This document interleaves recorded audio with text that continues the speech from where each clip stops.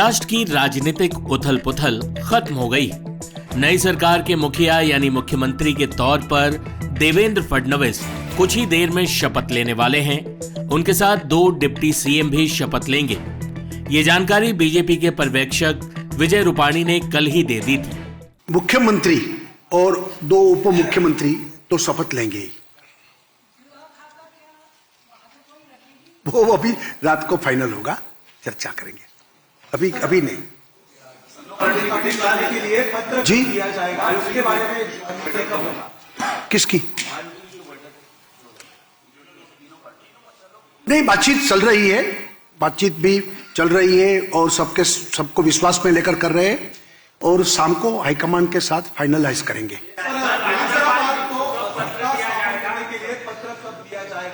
दोपहर को 3 बजे गवर्नर को हम लोग जाकर प्रस्ताव देंगे और सरकार रचने के लिए आमंत्रित करने के लिए उनको विनती करेंगे। देवेंद्र फडणवीस के साथ एक डिप्टी सीएम एनसीपी के अजीत पवार होंगे, ये तो तय है, लेकिन दूसरे डिप्टी सीएम शिवसेना के एकनाथ शिंदे होंगे या नहीं, इस पर सस्पेंस बना हुआ है। बता दें कि अजीत पवार ने साफ कर दिया था कि मैं तो शपथ लेने वाला हूं। इस पर शिंदे ने यह कहते हुए मौज भी ली थी कि अजीत दादा को तो सुबह और शाम दोनों वक्त शपथ ग्रहण का अनुभव है। बहुत खुशी है मुझे कि 2.5 साल में हमारी सरकार ने, महायुति सरकार ने और हम तीनों ने और हमारी टीम ने जो काम किया है वो उल्लेखनीय है। उसके इतिहास में उसका सुनहरे अक्षरों में लिखा जाएगा। इतने बड़े निर्णय लिए, इसकी हमें खुशी है। तब्येत चांगली आहे, म्हणजे आवाज थोडा, अरे आता तब्येत होते चांगली ना, आता लगेच कसं जोरात बोलू।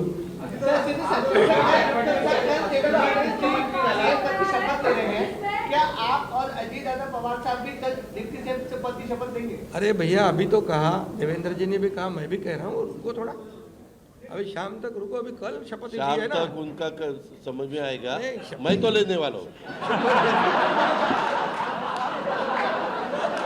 मैं रुकने वाला हूँ।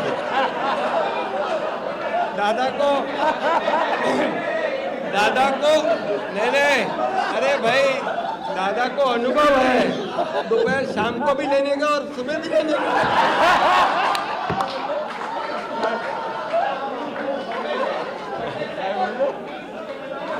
परंतु ऐका, पूर्वी आम्ही सकाळी दोघांनी घेतली होती, तो हे राहून गेलेलो होता, आता पुढे 5 वर्ष आता ठेवणार आहे।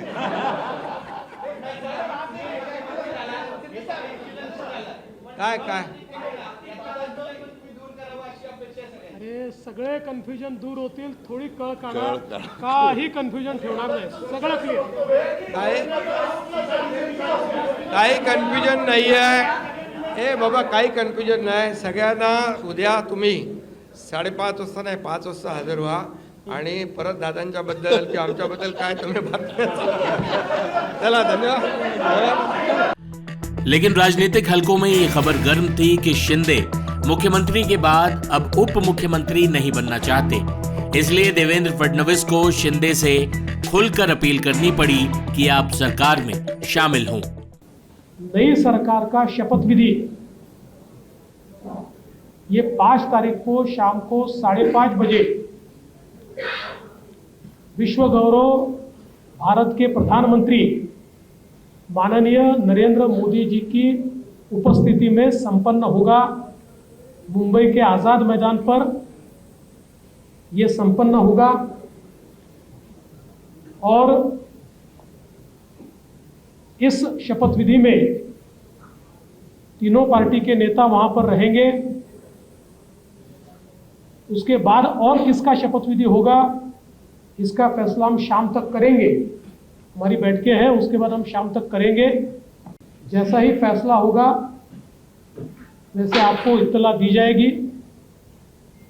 कल मैं स्वयं माननीय हमारे मुख्यमंत्री एकनाथ शिंदे जी के पास गया था और एकनाथ राव जी को मैंने ये निवेदन किया था कि हम सभी की इच्छा है कि इस सरकार में वे स्वयं हमारे साथ रहे।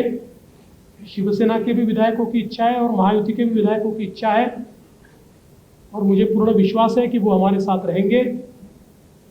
और पिछले 2.5 सालों में शिंदे जी के साथ माननीय अजीत दादा और मैं, हम तीनों ने मिलकर साथ में मिलकर सारे निर्णय किए हैं और आज भी हमारे लिए ये जो पद है, ये पद एक प्रकार से टेक्निकल बात है। हम तीनों मिलकर और साथ में हमारे जो साथी पक्ष है उनको साथ में लेकर तमाम निर्णय करेंगे और महाराष्ट्र को नई ऊंचाइयों पर ले जाने का जो संकल्प हमने लिया है और विशेष रूप से महाराष्ट्र की जनता को जो वादे हमने किए हैं उन वादों को पूरा करने के लिए पूरी जी जान के साथ ये सरकार काम करेगी।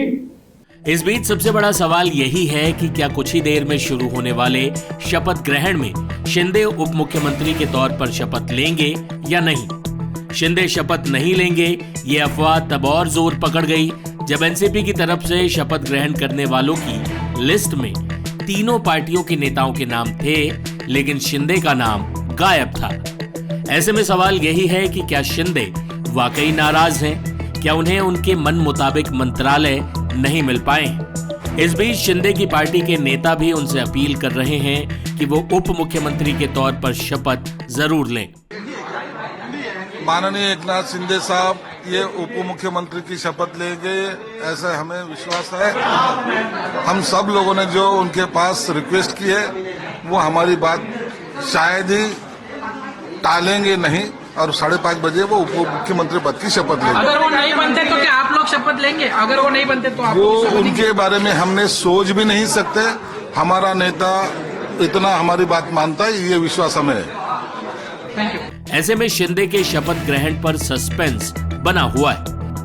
अगर शिंदे शपथ नहीं लेते हैं तो इसका साफ मतलब होगा कि शिंदे को बीजेपी और फडणवीस पूरी तरह नहीं मना पाए। ऐसे में इसे गठबंधन में दरार के तौर पर ही देखा जाएगा, जो आने वाले वक्त में और चौड़ी हो सकती। लेकिन अगर शिंदे शपथ लेते हैं तो मानकर चलना चाहिए कि महायुति का यह गठजोड़ 5 साल तक महाराष्ट्र में मजबूती से कायम रह सकता है।